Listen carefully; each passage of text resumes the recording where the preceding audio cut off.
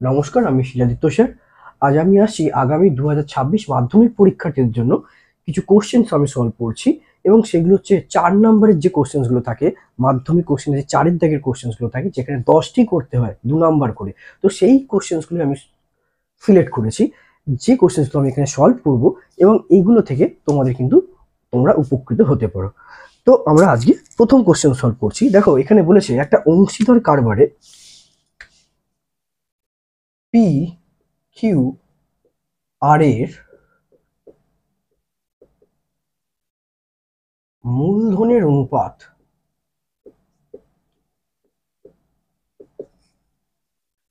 1/6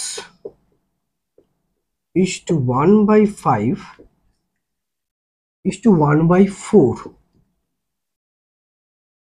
এবং বছরের শেষে আর ও কিউ এর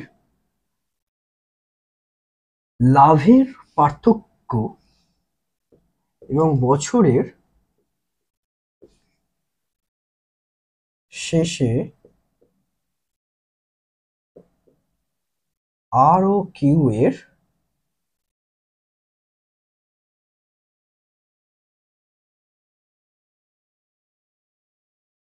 লাভের পার্থক্য 300 টাকা হলে, তাহলে বলছে পি এর লভ্যাংশ কত।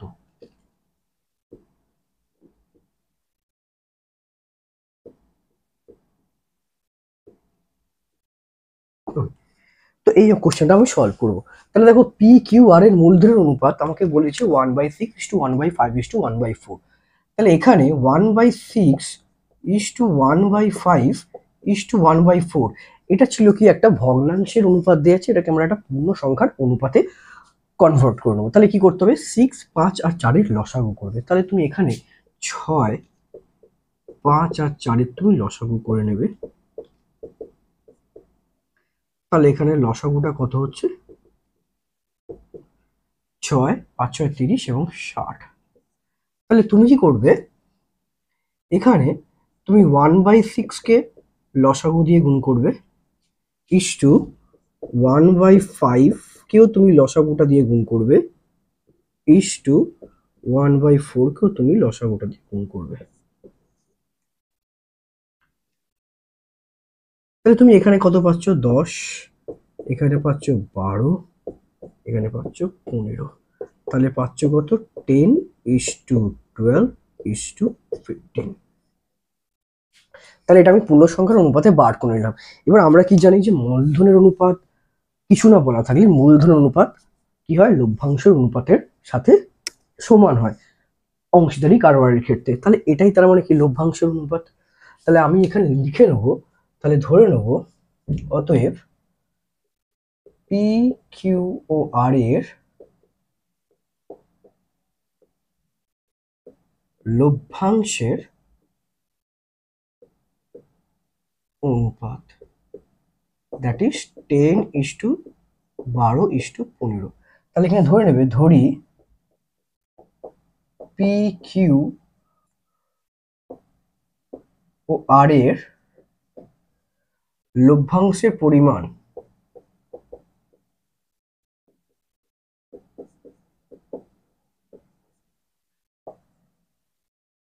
যথাক্রমে, তুমি ধরে নেবে কত, 10x টাকা, 12x টাকা ও 15x টাকা। ঠিক আছে, তাহলে পি এর 12x 10x, কিউ এর 12x এবং আর এর 15x টাকা। তাহলে এখান থেকে তুমি আর ও কিউ এর দেখো, আর হচ্ছে তার মানে 15x এবং কিউ হচ্ছে 12x। তাহলে এদের লাভের পার্থক্য মানে কি, 15x - 12x। এই পার্থক্যটাই 300 টাকার সাথে সমান। তাহলে তুমি লিখতেই পারো, প্রশ্নানুসারে দেবে এক্স নট ইকুয়াল টু বা এক্স গ্রেটার দেন 0। তাহলে এখান থেকে তুমি কি পাচ্ছ, 15x - 12x, এটাই 300 টাকা। এটা হচ্ছে তোমার আর এর লভ্যাংশ, আর এটা তোমার কিউ এর লভ্যাংশ, এদের পার্থক্যটাই 300 টাকা। তাহলে এখান থেকে তুমি পাচ্ছ 3x ইকুয়াল টু 300 টাকা। তাহলে এখান থেকে x তাহলে কত হবে, 300 ডিভাইডেড বাই 3, তাহলে এটা হয়ে যাচ্ছে কত, 100। তাহলে এবার তুমি যখন পেয়ে গেলে, তাহলে এখানে p এর লভ্যাংশ, তার মানে কত, p এর লভ্যাংশ হচ্ছে 10x। অতএব p এর লভ্যাংশ সমান কত, 10 ইন্টু এক্স, অর্থাৎ 10 ইন্টু ভ্যালু অফ এক্স টাকা, তার মানে হয়ে গেল কত, 1000 টাকা। ব্যাস, আমার প্রথম অঙ্ক সলভ। এইভাবেই করব, দেখে নাও তোমরা।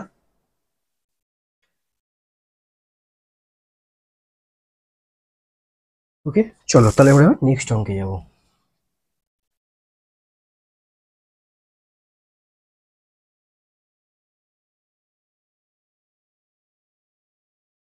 চলো,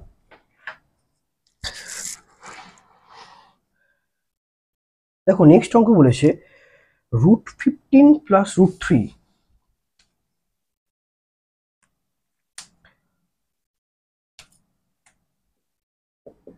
√15 প্লাস √3 ও √10 প্লাস √8 মধ্যে কোনটি বড়। তাহলে এটা আমাদের কোন চ্যাপ্টার থেকে আছে, কোয়াড্রেটিক সর্ট, অর্থাৎ করণীয় নিরসন যে চ্যাপ্টারটা আছে সেখান থেকে আছে। তাহলে তুমি এখানে একটা কাজ করবে, এই যে √15 প্লাস √3 এই ধরনের অঙ্কগুলো তুমি হোল স্কোয়ারটা বার করবে। তাহলে হোল স্কোয়ারের formula, that is a plus b whole square formula. তাহলে a plus b whole square formula আমরা জানি a square plus 2ab plus b square. তাহলে এখান থেকে তুমি পাচ্ছ কত, 15, এখান থেকে পাচ্ছ 2√45, √15 ইন্টু √3, দ্যাট ইজ √ এর মধ্যে 15 ইন্টু 3, দ্যাট ইজ 45, প্লাস এটা পাচ্ছ কত, √3 স্কোয়ার মানে 3, অর্থাৎ এখান থেকে তুমি পাচ্ছ 15 প্লাস 3 মানে 18 প্লাস 2√45। ওকে, ঠিক সিমিলারলি তুমি এটাও বার করবে, √10 প্লাস √8 তার হোল স্কোয়ারটা বার করবে। তাহলে এটা কি হবে, এটাও সিমিলারলি তুমি a plus b whole square formula apply করবে।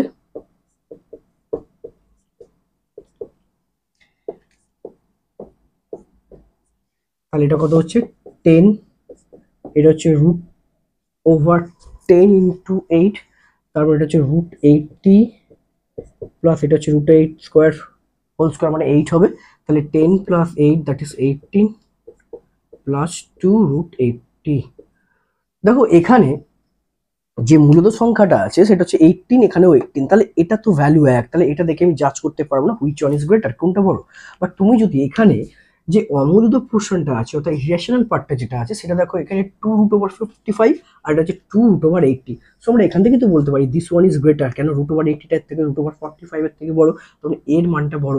তাহলে লিখতে পারি দেয়ারফোর √10 প্লাস √8 এটা হোল স্কোয়ারটা is greater than √15 plus √3 whole square, implies that যদি এর স্কোয়ার থেকে বড় হয়, তাহলে আমরা এখান থেকে লিখতেই পারি √10 plus √8 is greater than √15 plus √3।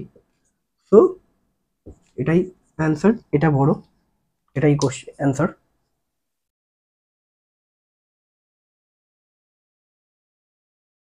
ওকে, তাহলে আমরা এবার নেক্সট কোশ্চেনে যাব।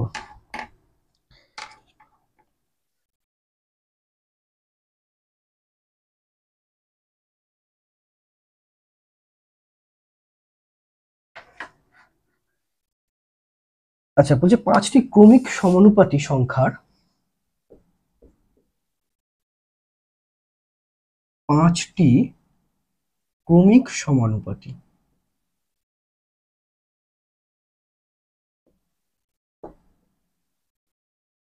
সংখ্যার প্রথমটি বলছে 2 ও সেকেন্ড ওয়ান মানে অর্থাৎ দ্বিতীয়টি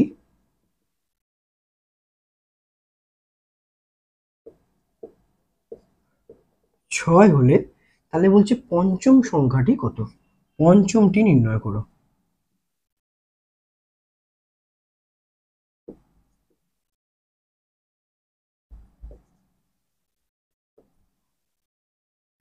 আচ্ছা, ক্রমিক সমানুপাতি। তো এই জায়গাটা আমাকে একটু গুরুত্ব দিতে হবে যে 5টা এখানে ক্রমিক সমানুপাতি আছে। তো আমরা ক্রমিক সমানুপাতি মানে কি বুঝি? তিনটের ক্ষেত্রে আমরা কি হয়, যদি এ বি সি যদি ক্রমিক সমানুপাতি হয়,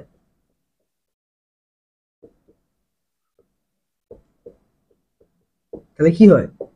a is to b proportion to কি হয়? B is to c. ঠিক একইভাবে যদি 5টা ক্রমিক সমানুপাতি থাকে, তাহলে সেখান থেকে আমরা কি লিখতে পারি? আমরা ধরে নেব সংখ্যাগুলো প্রথম আর দ্বিতীয় দেয়া আছে। তো প্রথম আর যখন দ্বিতীয়টি দেয়া আছে, তাহলে তৃতীয় চতুর্থ পঞ্চম এই তিনটে সংখ্যাকে আমাকে কিন্তু ধরে নিতে হবে। তাহলে আমি ধরি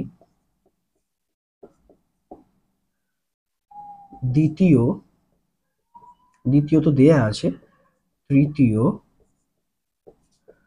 চতুর্থ ও পঞ্চম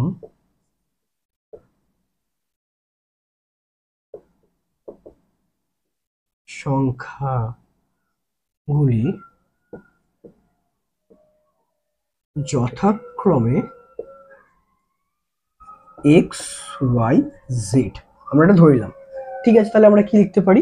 তার মানে লিখতেই পারি, যেহেতু প্রথম সংখ্যা কত 2, তাহলে 2:x যা হবে, তাহলে x ইস টু,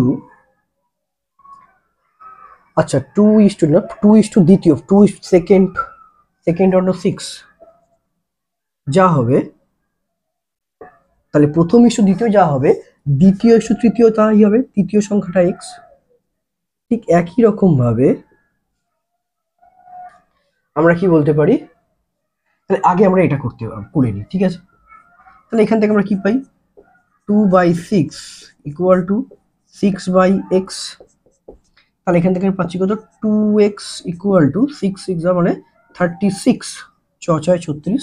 তাহলে এখান থেকে আমরা x পেয়ে যাচ্ছি 36/2, তার মানে হচ্ছে 18। তাহলে আমরা এখানে x কত পেয়ে গেলাম? 18। ওকে, তাহলে এটা আমরা দ্বিতীয় সংখ্যা পেয়ে গেলাম। এবার আমরা ঠিক একই রকম ভাবে আমরা কি বলতে পারি, যে আবার এখান থেকে x ইস টু y যা হবে, প্রপোর্শন দিয়ে কি হবে? y ইস টু z তাই হবে। ওকে, আমরা এটাই জানি যে ক্রমিক সমানুপাতি মানে প্রথম ইস্টু দ্বিতীয় যা হয়, দ্বিতীয় ইস্টু তৃতীয় তাই হয়। সেরকম এর ক্ষেত্রেও তুমি এবার দ্বিতীয় ইস্টু তৃতীয় যা হবে, তৃতীয় ইস্টু চতুর্থ তাই হবে। ঠিক আছে, আচ্ছা তাহলে আমরা এখান থেকে আমরা বার করব কোনটা? আচ্ছা, y is two x is to, তাহলে এটা আমাকে করতে হচ্ছে কি,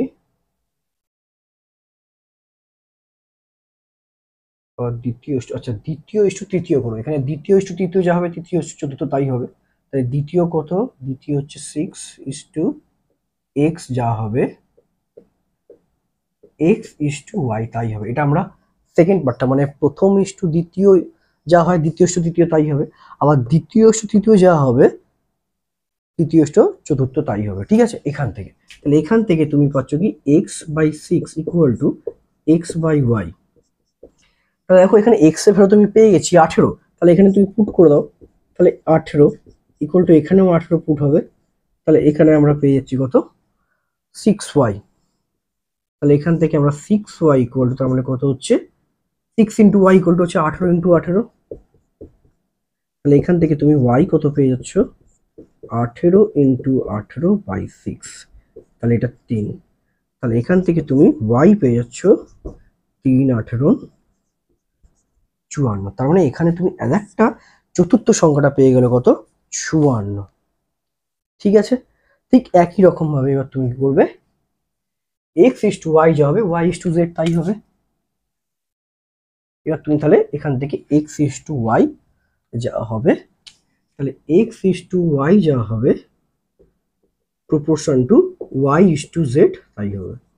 ওকে, তাহলে এখানে x এর ভ্যালু তুমি কত জানো? 18। তাহলে x/y ইকুয়াল টু হচ্ছে y/z। তাহলে এখানে তুমি x এর ভ্যালু হচ্ছে 18, y এর ভ্যালু হচ্ছে 54, ইকুয়াল টু y এর ভ্যালু আমরা পেয়েছি 54/z। তাহলে এখান থেকে তুমি পাচ্ছ 18z ইকুয়াল টু 54 ইন্টু 54। তাহলে দেখো এখানে তাহলে z কত হবে? তার মানে 54 ইন্টু 54/18, তাহলে এখানে 3 18 54, তাহলে implies that Z equal to 3 4 12 2 3 5 15 16। তার মানে আমার দ্বিতীয়, এটা হচ্ছে এটা হচ্ছে আমার তৃতীয় সংখ্যাটি, এটা হচ্ছে আমার চতুর্থ সংখ্যাটি, আর এটা হচ্ছে আমার পঞ্চম সংখ্যাটি।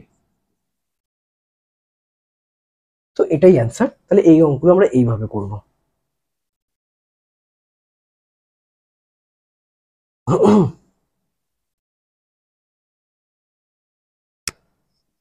ক্লিয়ার, বোঝা গেছে? তাহলে এই ধরনের অঙ্ক কিন্তু আমরা পাই 2 নম্বরের কোশ্চেন। আমাদের এটা যে অনুপাত সমানুপাত চ্যাপ্টার, সেই চ্যাপ্টারের অঙ্ক, ঠিক অঙ্কটা কিন্তু আমাদের এইভাবেই করতে হবে। ওকে, ক্লিয়ার? দেখে নাও।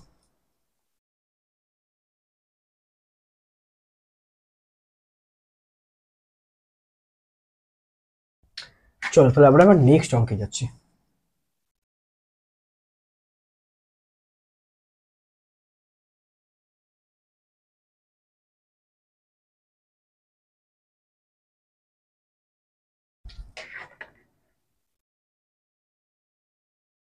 আচ্ছা,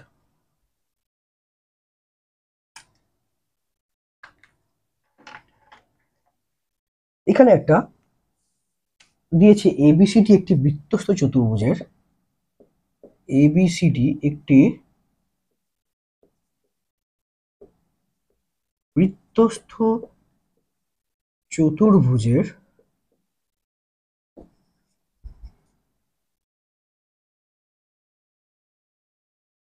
ও হলো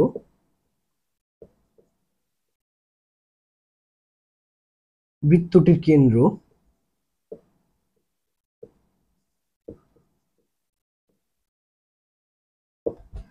এবার অ্যাঙ্গেল বলেছে, angle COD 120 degree, angle BAC 30 degree. তাহলে বলছে অ্যাঙ্গেল বিওসি ও অ্যাঙ্গেল বিসিডি নির্ণয় করো।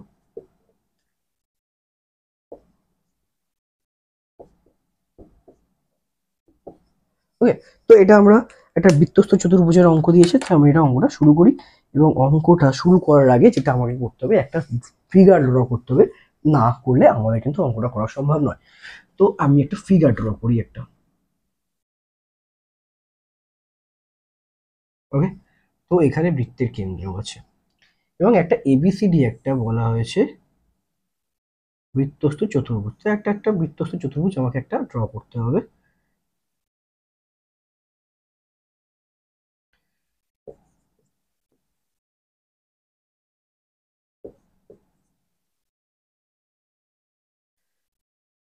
ঠিক আছে, এবার কি বলেছে, অ্যাঙ্গেল সিও ডি,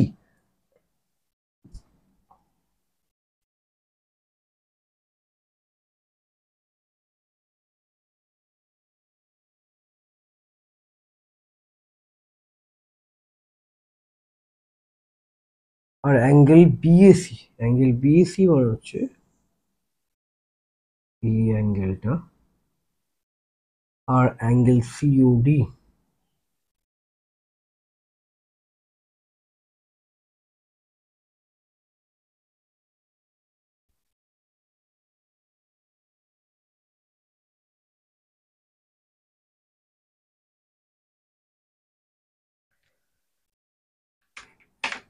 তো দেখো এই অ্যাঙ্গেলটা আমাকে বলেছে 120, এই অ্যাঙ্গেলটা আমাকে বলেছে 30 ডিগ্রি, তোমাকে চেয়েছে বিওসি অর্থাৎ বিওসি, তোমাকে চেয়েছে অ্যাঙ্গেল বিওসি কত, আর angle BCD, BCD.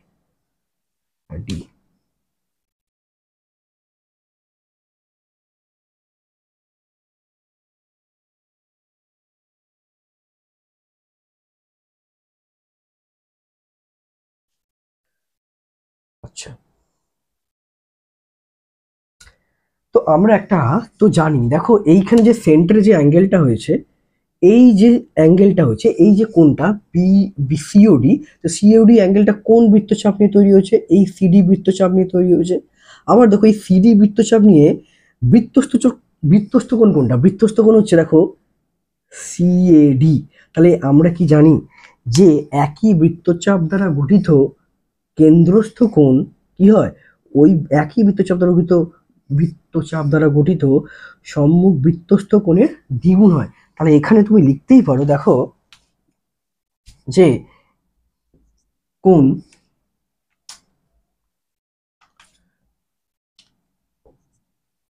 COD equal to কি লিখবে? 2 ইন্টু অ্যাঙ্গেল সিএডি।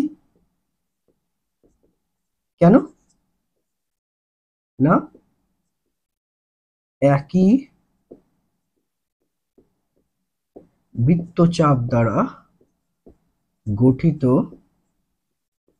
কেন্দ্রস্থ কোণ, এটা আমাদের কি আছে? উপপাদ্য আছে। উপপাদ্যটা আমাদের পড়লেই আমরা জানতে পারবো কেন্দ্রস্থ কোণ কি হয়? পরিধিস্থ কোণের দ্বিগুণ হয়।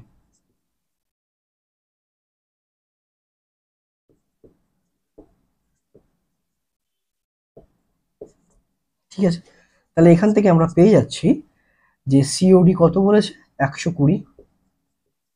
120 ডিগ্রি ইকুয়াল টু হচ্ছে 2 ইন্টু অ্যাঙ্গেল সিএডি। তাহলে এখানে সিএডি আমরা কত পেয়ে যাচ্ছি? সিএডি পেয়ে যাচ্ছি আমরা 120 ডিগ্রি বাই 2। তাহলে এবার কেটে কত হচ্ছে? 60 ডিগ্রি। অর্থাৎ অ্যাঙ্গেল সিএডি ইকুয়াল টু 60। তাহলে এই অ্যাঙ্গেলটা আমি এখন পেয়েছি কত? 60। এটা আমরা এখন 60 পেলাম। তাহলে অ্যাঙ্গেল ডিএবি কত হবে? 30 প্লাস 60 90। তাই আমরা তুমি লিখে দাও। তো therefore angle DAB equal to 60 degree plus 30 degree equal to হচ্ছে 90 ডিগ্রি। এবার দেখো একটা কথা, ওকে, চেয়েছে কি বিওসি, বিওসি, আর চেয়েছে বিসিডি, বিসিডি। আচ্ছা বিসিডি, তাহলে বিসিডি কত হবে? আমরা কি জানি যে কোনো বৃত্তস্থ চতুর্ভুজের বিপরীত কোণগুলো কি হয়? সম্পূরক হয়। তাহলে যখন বিএডি, এই যে বিএডি অ্যাঙ্গেল যখন 90 হয়েছে, তাহলে এই অ্যাঙ্গেলটা তার মানে কত হবে? 180 মাইনাস 90। তাহলে লিখে দাও অ্যাঙ্গেল, দেয়ারফর অ্যাঙ্গেল বিসিডি, তাহলে বিসিডি অ্যাঙ্গেলটা আমরা কত হবে? 180 ডিগ্রি মাইনাস 90, 60। এই যে এই অ্যাঙ্গেলটা কেন মাইনাস করতে হচ্ছে এটুকু আমি বলে দিচ্ছি এখানে। না আমরা জানি কি হয়, বৃত্তস্থ চতুর্ভুজের বিপরীত কোণ দ্বয় সম্পূরক হয়, মানে এই অ্যাঙ্গেলটা প্লাস এই অ্যাঙ্গেলটা হবে 180। তার মধ্যে এটা 90 হয়ে গেছে, তার মানে এটা হবে 180 থেকে 90 মাইনাস। তাহলে বৃত্তস্থ চতুর্ভুজের